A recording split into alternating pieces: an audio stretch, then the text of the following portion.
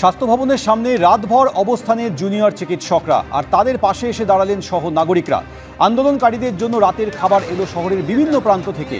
Mukundapur, Jadavpur, SSKM সহ বিভিন্ন জায়গা থেকে এলো তাদের জন্য রাতের খাবার। কেউ আনলেন খিচুড়ি, কেউ আনলেন রুটি সহ অন্যান্য খাবার।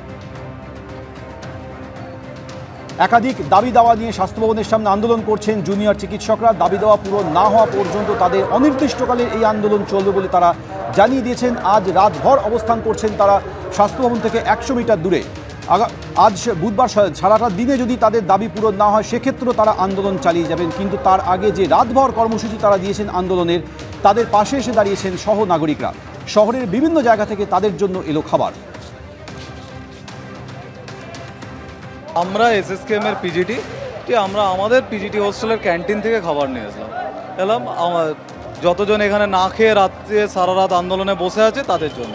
সমস্ত মেডিকেল কলেজ বাদ দিয়েও যেহেতু সমস্ত সাধারণ মানুষ আছে তারা জল খাবার সমস্ত কিছু নিয়ে আসছে। এটা সাধারণ মানুষের ভালোবাসা, এটা মানে অন্য আর কিছু নয়, এটা জাস্ট ভালোবাসার টানে, ইমোশনের টানে আনছে। সকাল থেকেই আমাদের ক্যাম্পাসে, এখানে সল্টলেক ক্যাম্পাস কাছে, ওখানে রান্নাবান্না করা হচ্ছে। আমরা যাদবপুর ক্যাম্পাসের লোকজন এসেছি এখানে খাবার সবাইকে বিতরণ করার জন্য, ডক্টরসদের হেল্প করার জন্য। We are here for a good cause. আমরা যথাসমস্ত আমাদের চেষ্টা করছি আমরা পাশে দাঁড়ানোর। অ্যান্ড যদি আমাদের কোনো এরকম প্রবলেম হতো আমরাও এক্সপেক্ট করতাম সবাই আমাদের পাশে দাঁড়াবে, তো আমরাও চেষ্টা করছি সবাইকার পাশে দাঁড়ানোর। এই আন্দোলনটা যেন থেমে না যায়। যেভাবে আন্দোলন চলছে ডেফিনেটলি খুবই একটা এরকম একটা পরিস্থিতিতে এরকমটা প্রতিবাদটা হওয়াই উচিত। আমার মনে হয় যে মানুষের আরও বেশিবার প্রতিবাদ হওয়া উচিত। এবং সামনেই দুর্গাপুজো আসছে, আমার মনে হয় যে দুর্গাপুজোর সময়ে এবারে অনেক পুজোর থিম অভয়া হতে চলেছে, তিলোত্তমা হতে চলেছে। তো সেদিকে তো আমাদের নজর থাকবে। এই আন্দোলন আপনি যতদূর দেখবেন সময় আসছে আরও মানুষ যোগ দিচ্ছে, আমাদের আরও বন্ধুরা আসছে, আমরা রয়েছি, আমরা আছি আজকে সারা রাত এখানে। যতদিন থাকতে হয় আমরা থাকছি, আমরা রাজপথেই আছি। এই ছবি কিন্তু আমার সহকর্মী শান্তনু দত্ত দেখাচ্ছে। এখন প্রায় 1:45 বাজে, 1টা বাজতে 10 মিনিট বাজে। এই সময়েও কিন্তু তারা আন্দোলন চালিয়ে যাচ্ছেন। এবং কিছুক্ষণ আগে যে ঘটনা নিয়ে এই আন্দোলনের সূত্রপাত, RG কর মেডিকেল কলেজ হাসপাতালে আমাদের যে সহনাগরিককে আমরা হারিয়েছি আজ থেকে 1 মাস 1 দিন আগে, তার বাবা মা এবং আত্মীয়রা তারা কিন্তু এই জুনিয়র চিকিৎসকদের যে আন্দোলন সেই আন্দোলনের সংহতি জানাতে এসেছিলেন। আমরা জানি যে তাদের 5 দফা দাবি ছিল এবং তারপর আজকে কিন্তু তারা স্বাস্থ্য সচিব সহ আরও স্বাস্থ্য দপ্তরের 2 কর্তার অপসারণ তারা দাবি করেছেন। এবং যতক্ষণ না এটা হচ্ছে ততক্ষণ পর্যন্ত কিন্তু তারা আন্দোলন চালিয়ে নিয়ে যেতে এককাট্টা হয়েছেন। শুধু কিন্তু যে চিকিৎসকরা রয়েছেন তা না, তার পাশাপাশি সাধারণ মানুষ তারাও কিন্তু এখানে এসে উপস্থিত হয়েছেন।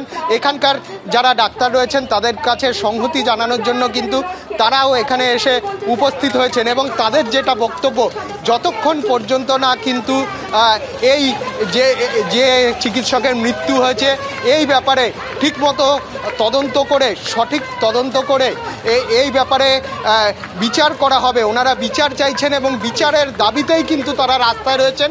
এবং তার পাশাপাশি তারা আরও 5 দফা দাবি জানিয়েছেন। এবং তার মধ্যে একটা নতুন দাবি আজকে কিন্তু ইনক্লুড হয়েছে, সেটা হচ্ছে স্বাস্থ্য সচিব সহ স্বাস্থ্য দপ্তরের আরও 3 কর্তাকে অপসারণ করতে হবে। এবং সেই জন্যই কিন্তু আজকে দুপুরে করুণাময়ী থেকে বিশাল মিছিল নিয়ে এই জুনিয়র ডাক্তাররা এসছেন স্বাস্থ্য দপ্তরের সামনে। এবং তারপর কিন্তু সন্ধ্যের পরে কিন্তু জানা যায় নবান্নর তরফ থেকে নবান্নে তাদের সঙ্গে দেখা করার একটা প্রস্তাব পাঠানো হয়েছে। যদিও সেই প্রস্তাব জুনিয়র ডাক্তাররা প্রত্যাখ্যান করেছেন, কারণ তারা যেটা বলেছেন যে এই যে প্রস্তাব তাদের সঙ্গে দেখা করার বা আলোচনার সরকারের তরফ থেকে, সেই প্রস্তাব কিন্তু পাঠিয়েছেন, মেল করেছেন স্বাস্থ্য সচিব।